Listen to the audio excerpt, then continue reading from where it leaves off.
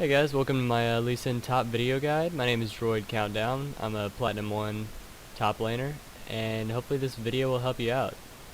Come to the game a little bit late here. I think I was playing Just Cause 2, but it all pans out here in a second. Hopefully I'm going to start making a little bit more of these videos if this goes well for people who might like top lane and want to learn new champions. Game starts out pretty normal here. They come around to defend Jarvan his red buff. We decided it might be a good idea to invade his blue buff, seeing that no one would be there. And if there was, then we'd get a free kill. But pretty slow, Nothing too much happening. I always like to start rejuvenation beads, 2 sight wards, and 4 health potions on Lee Sin, just because I go into Hydra anyways, so it's kind of an early start to it, while a great early start anyways. Has a lot of vision and lane sustain, and here the Zed is kind of being unlucky. I guess he goes around right as soon as we come around and he doesn't get the vision, so it's a pretty easy first blood, but something also to keep in mind whenever you're playing Lee Sin, if you're new to him, your Resonating Strike, which is your Q, does massive damage, especially if you max it first, which there's different lane scenarios in which you'd want to max your Safeguard first, which is your shield. But if you're ever going for first blood, if you level up your Resonating Strike, you hit him once with it. What I see a lot is Lee Sin players will just Q immediately right after. You should use your Q as an execute. It's not really a damage dealer unless you're just trying to get a huge damage combo off right at once, which you will be doing. But for sakes like this, you can anticipate the flash and just get an easy Q right to him, and you won't even have to blow your flash, and you'll probably get first blood.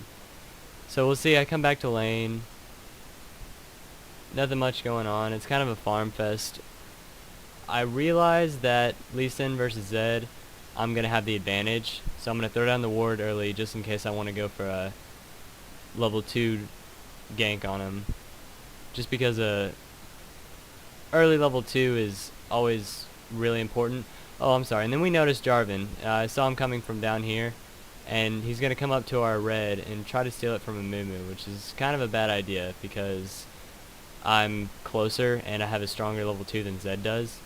So he sticks around, which is once again a really stupid idea, but we eventually get the advantage on him because he'll come right back.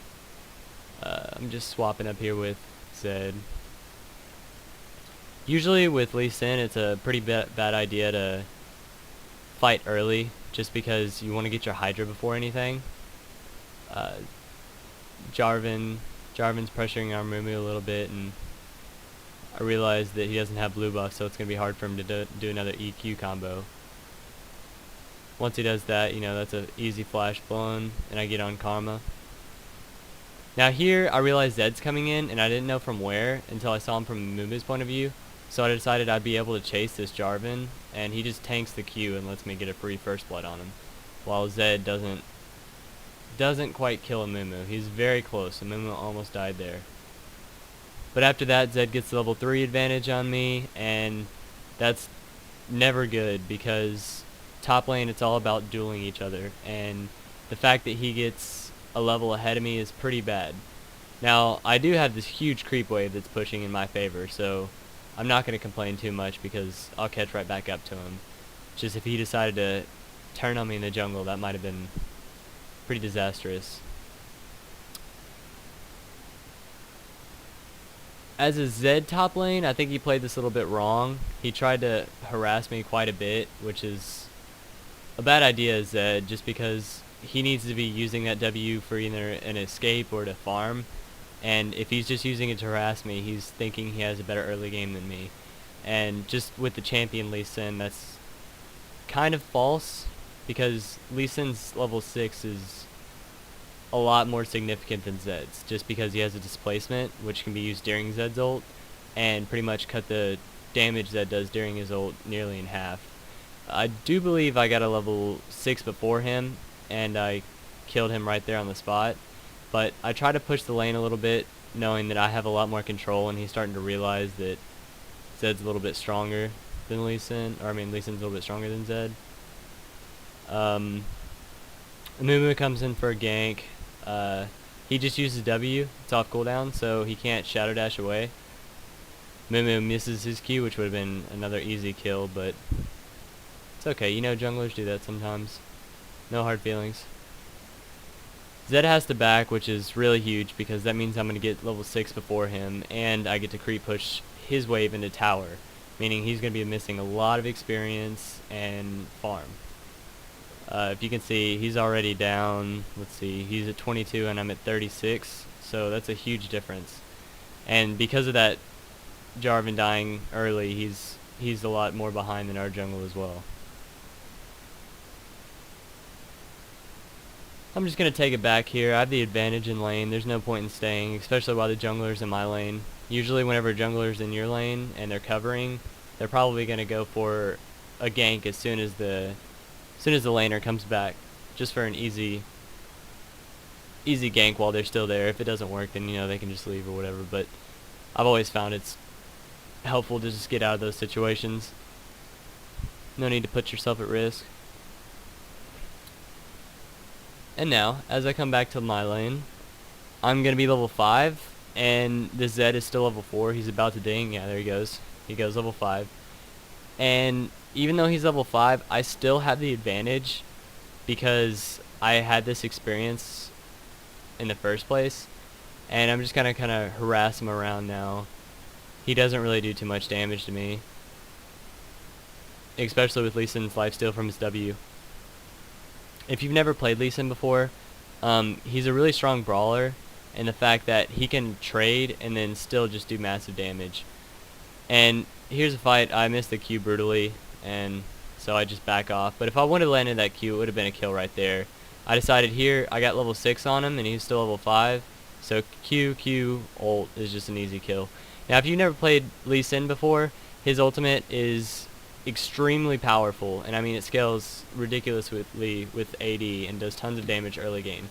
So you need to be using that defensively too, but mostly aggressively, especially as my Lee Sin top, because if you can land a Q ult and then Q to him after you ult them or kick them far away, that's a massive damage burst, at least with the Zed, at least half his health. So I'm gonna push my wave top again. That's going to deny him a lot more creeps and a lot more experience, so I'm just staying ahead. Guess they're doing work bottom. Right now the score is 0-5. That's just because we shut down their jungler early game, and our Twisted Fates pretty much had free roll, so he's gotten to do whatever he wants without having to worry about that Jarvan. Now, I'm pretty sure they misplay bottom here in a second and get a kill, but it doesn't matter. We'll get back into them later game. Or late game. I come back and I know Zed has his ult, but he's really squishy. One thing you always got to do top lane is you need to observe your opponent's build, because that's how you judge how you're supposed to play against him. And I come back already knowing that he's super squishy. Like, look at that, one Q combo will take him to 30%. And I could have chased this and probably actually gotten the kill on him, but it might not have been worth it, and that's just a really big risk. As a top laner or mid laner, I mean, I guess anywhere, you have to realize when it's worth it to chase a kill and when it's not. There was tons of creeps pushed to my tower. I didn't want to miss any of the experience or gold. A minion wave without a tower or without a cannon creep is usually nearly half of a kill anyways.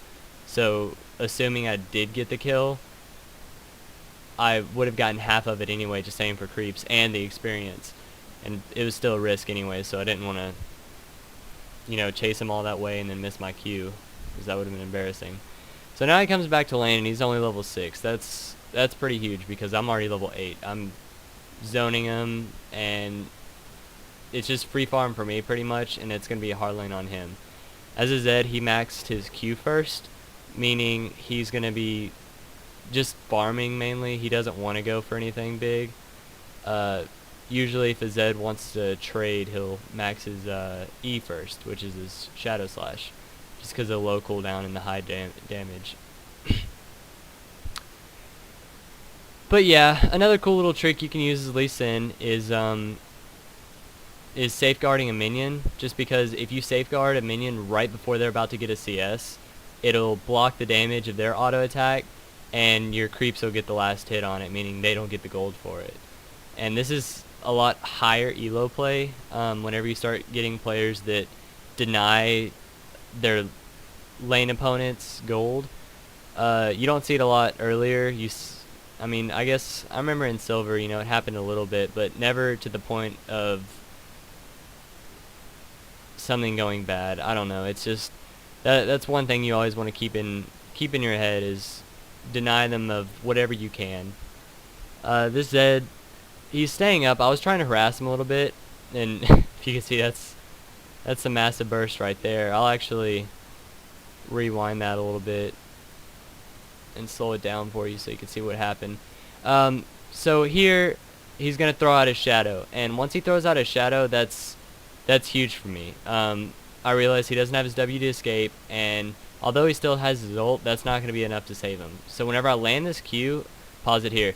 Notice that Q did 2 bars of his health. That's just half of my kick. Okay, so I realized, well, if that's half, I can do another maybe fourth of his health, then ignite ult. And I probably didn't even need ignite, I just didn't want to risk it.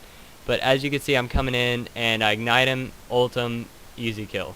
That's pretty much the combo you want to be laying down as a Lee Sin player.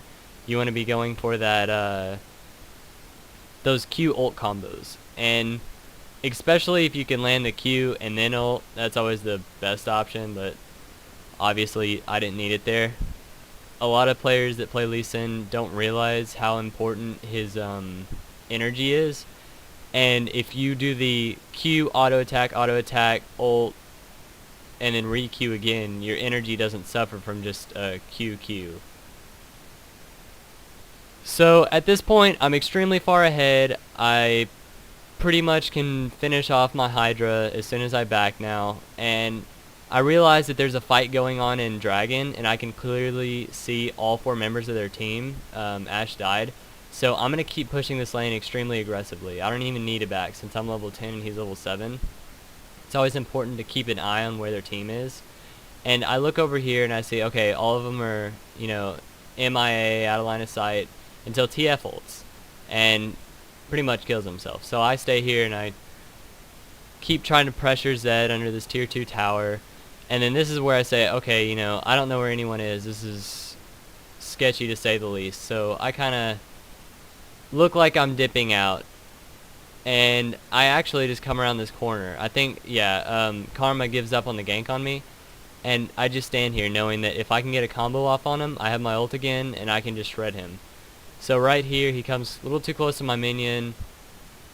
I get the Q on him, and just chase him under his tower. You don't want to ult unless you have your Q on him ever, just because if you ult them away and it doesn't kill him, like if you use it for an execute and it doesn't finish him off, then you're probably not going to get the kill.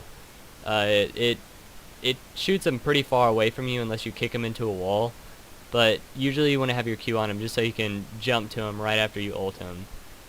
And like I said, that's massive burst damage. That'll pretty much make anyone you're comboing cry, especially early game. Now a lot of people say that Lee Sin falls off late game, which is, don't get me wrong, it is true, but with the new Hydra rush and Hydra Last Whisper rush, it makes him viable for a lot longer in the game than any tanky Lee Sin. I've been playing this game for about 2.5 years, and I played Lee a lot in that time, and the normal is always for Lee Sin to go tanky, and there's reason behind that, just because he's so mobile that with that tankiness, you know, he can get around old 80 carries, do whatever.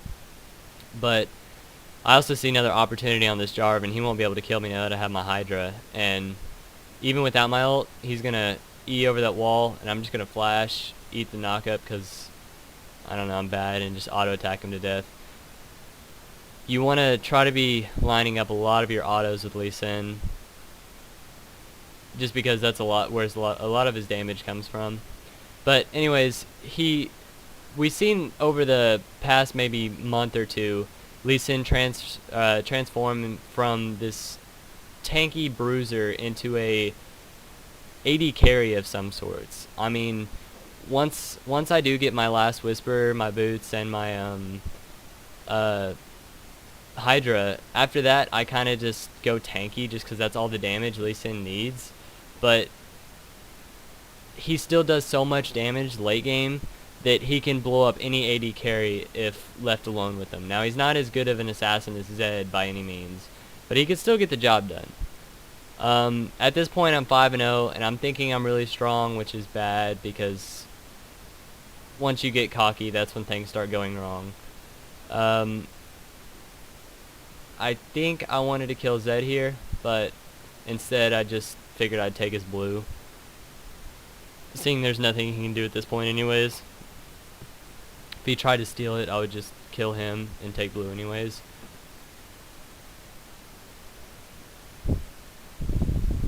But now we come back, I just keep pushing this lane.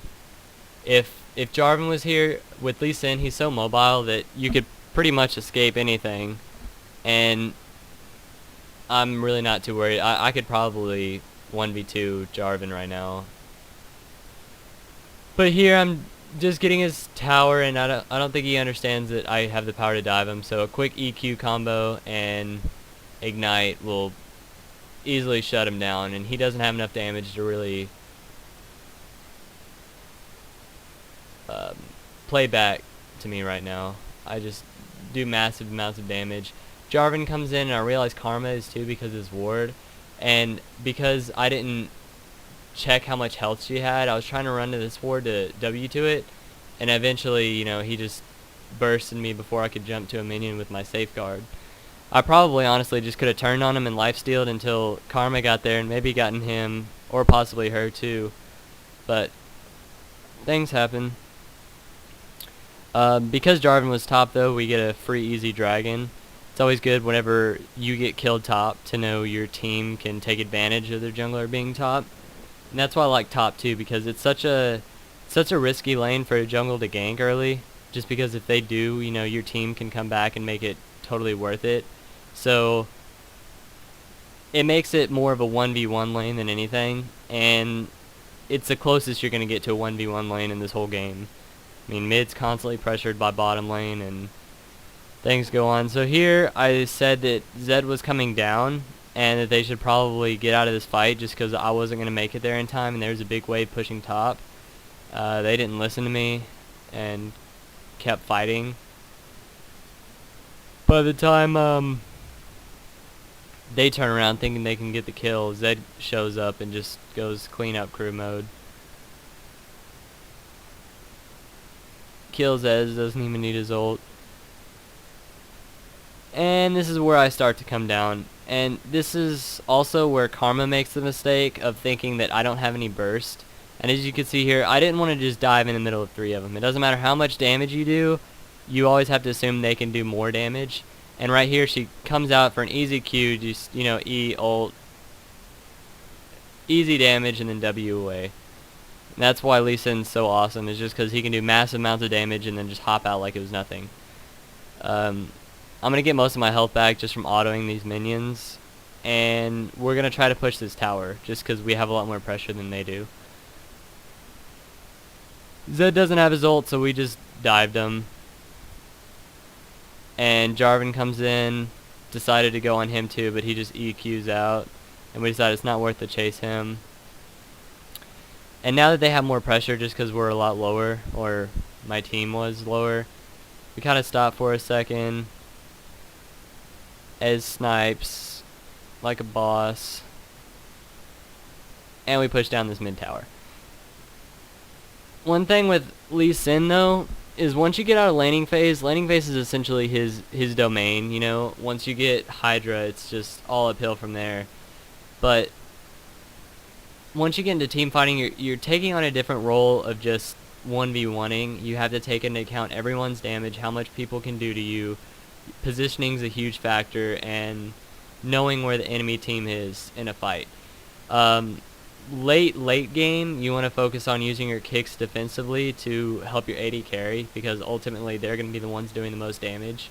But for right now, you want to be diving to their AD carry, shredding their front line, whatever's open to you for an easy resonating strike ultimate combo is going to be worth killing. I mean, even if Jarvan got in front of me, I could probably, and I think I do here. Oh no, I go after Ashe.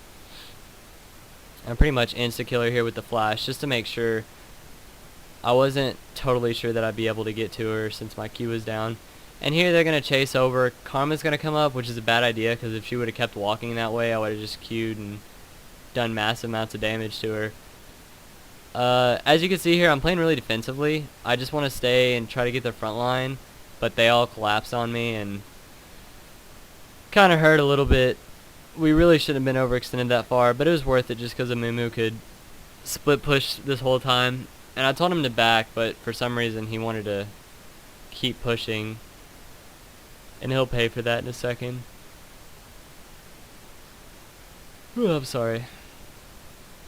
Early morning for me.